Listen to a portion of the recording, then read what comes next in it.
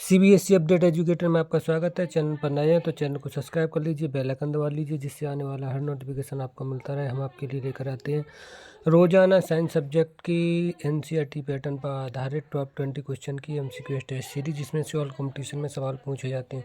इसी क्रम में हम आपके लिए लेकर आए हैं जंतुओं में जनन से रिलेटेड चैप्टर से टॉप 20 क्वेश्चन।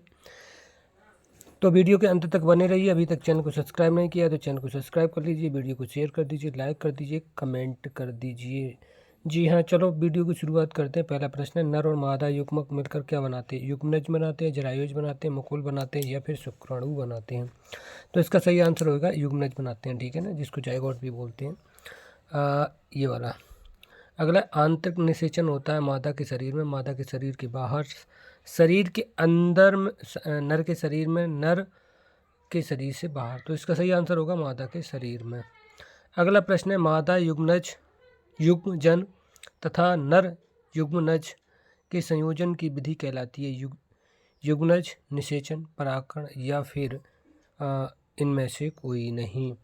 तो इसका जो सही आंसर आपका हो जाएगा वो आपका हो जाएगा निषेचन।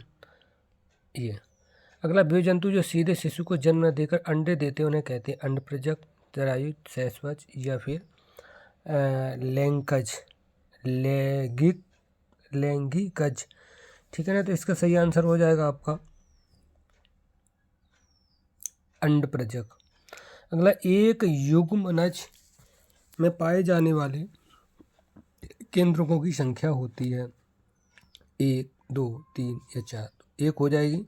अगला प्रश्न है, जो जंतु अपने जैसे शिशु को जन्म देते हैं उन्हें कहते हैं अंडप्रजक, जरायुज, सहस्वज या लैंगिकज?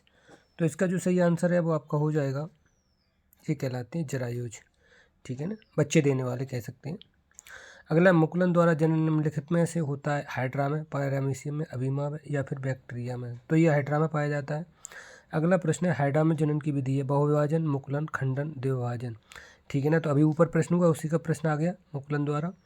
अगला, अबीमा में किस विधि द्वारा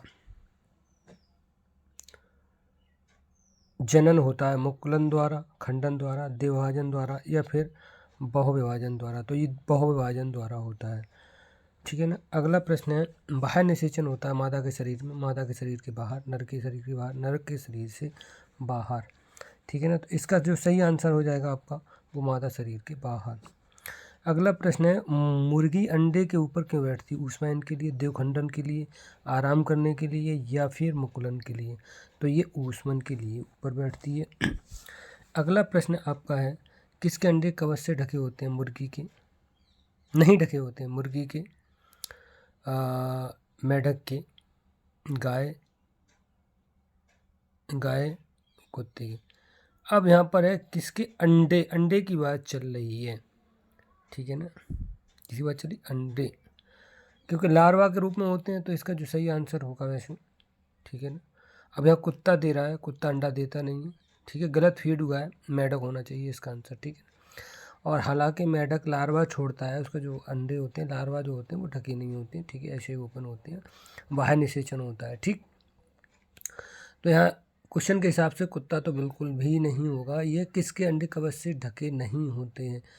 तो भाई देख लीजिए, न तो अंडे न तो गाय देती है न कुत्ते देता है। तो इसका सही आंसर मेढक हो जाएगा, गलत फीड हो जाएगा, ध्यान रखना इस बात का, ठीक है। अगला, कोशिका के सामान्य संगठक किस में पाए जाते हैं? शुक्राणु, अंडाणु, युग्मक या जनन? तो इसका सही आंसर हो जाएगा शुक्राणु, ठीक। अगला प्रश्न है, निषेचन जो मादा के शरीर के अंदर होता है क्या कहलाता है? आंतरिक, बाहरी, संलयन या ऊपरी? तो ये आंतरिक कहलाता है। अगला प्रश्न है, भ्रूण की वह अवस्था जिसमें सभी शारीरिक अंगों की पहचान हो सके वह क्या कहलाता है? गर्भ, गर्भावस्था, निषेचन या संलयन? तो ये भैया गर्भ कहलाता है, ठीक है ना। कहते हैं गर्भ धारण कर लिया, ठीक है, उसकी भ्रूण की अवस्था जिसमें शारीरिक अंगों की पहचान होने लगती है। अगला प्रश्न है, जंतुओं में निषेचन किस में होता है? जल में, भूमि में, घास में, नदी में? तो भाई जो निषेचन की क्रिया होती है मोस्टली कैसी होती है? जल में होती है, ठीक है ना, जंतुओं में। अगला, अंडप्रजक जंतु कौन से है? मेढक, छिपकली, मुर्गी, उपरोक्त सभी। जो अंडा देते हैं ठीक है ना। तो ये सभी हो जाएंगे, ठीक है ना, उपयुक्त सभी। अब इसी से आंसर निकल के आया अंडप्रजक। देखो अंडक किसका जो नहीं ढके होते हैं कवच से, तो वही प्रश्न था, ठीक है ना। अगला है कोशिका के प्रत्येक भाग में क्या होता है? जनन, केंद्रक, खंडन, उपरोक्त सभी।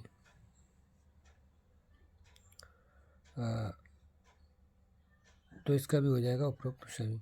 अगला है जाति की निरंतरता को बनाए रखने के लिए क्या आवश्यक है? पाचन, जनन, पालन, पोषण। तो भाई इसके लिए जनन आवश्यकता है अपनी प्रजाति को बनाए रखने के लिए।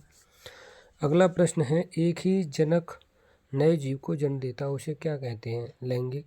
एक ही जनक नए जीव को जन्म देता है उसे क्या कहते हैं? लैंगिक, अलैंगिक, निषेचन या संलयन। तो उसको अलैंगिक कहते हैं।